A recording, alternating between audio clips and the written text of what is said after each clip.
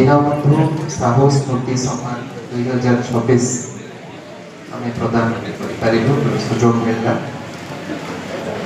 श्री नवकृष्ण जेना महोदय अतिरिक्त जिलापाल एवं गवर्निंग बॉडी सभापति, प्रोफेसर शांतनु कुमार जेना अध्यक्ष,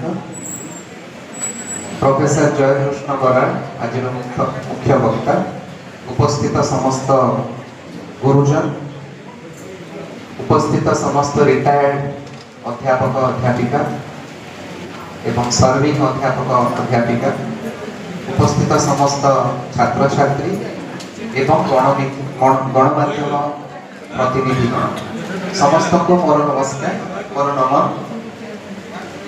प्रथमे आज ये जो 68तम स्वर्णक्षेत्र महोत्सव करी उपलक्षे समस्त को अनेक अनेक शुभेच्छा।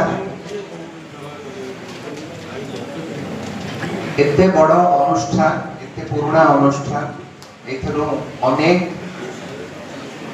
एबे आसीबा पूर्वर अध्यक्ष सारकर चेम्बर रे किछि अध्यापक माने कहउथिले जे आमे एठिकार छात्र एवं तापरे परे परे आमे 20 वर्ष 25 वर्ष एठी अध्यापक थिलु।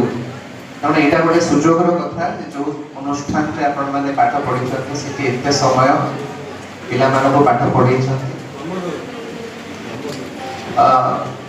उपस्थित थिबा समस्त छात्र छात्री एवं अनुपस्थित थिबा, कारण एटा यूट्यूब द्वारा लाइव रे भी टेलीकास्ट होची बोली अध्यक्ष सार एबे कहउथिले।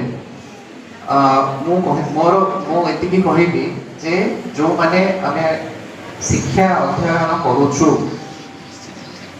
छात्र छात्री विशेष करी आमे माने निजको धन्य मने करिवा दरकार। We should consider ourselves blessed.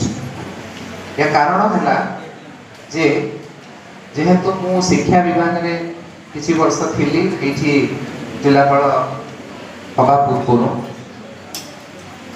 पिला मानकर ड्रॉप आउट स्कूल रे एवं कॉलेज रे पिलांकर ड्रॉप आउट गोटे बड़ इश्यू रही समस्त राज्य रे एवं पाखापाखि जहाँ जना पड़ुछि 100टी पिला जदि आमे प्रथम श्रेणी बा आजिकली जो शिशु बाटिका हेलानी सेथरे जदि 100 पिला एंट्री करूछंती स्कूल भितर को विद्यालय सिस्टम भितर को मात्र 50% खंडे हायर एजुकेशन पाई पारुछंती, जोटा कि चिंतार विषय।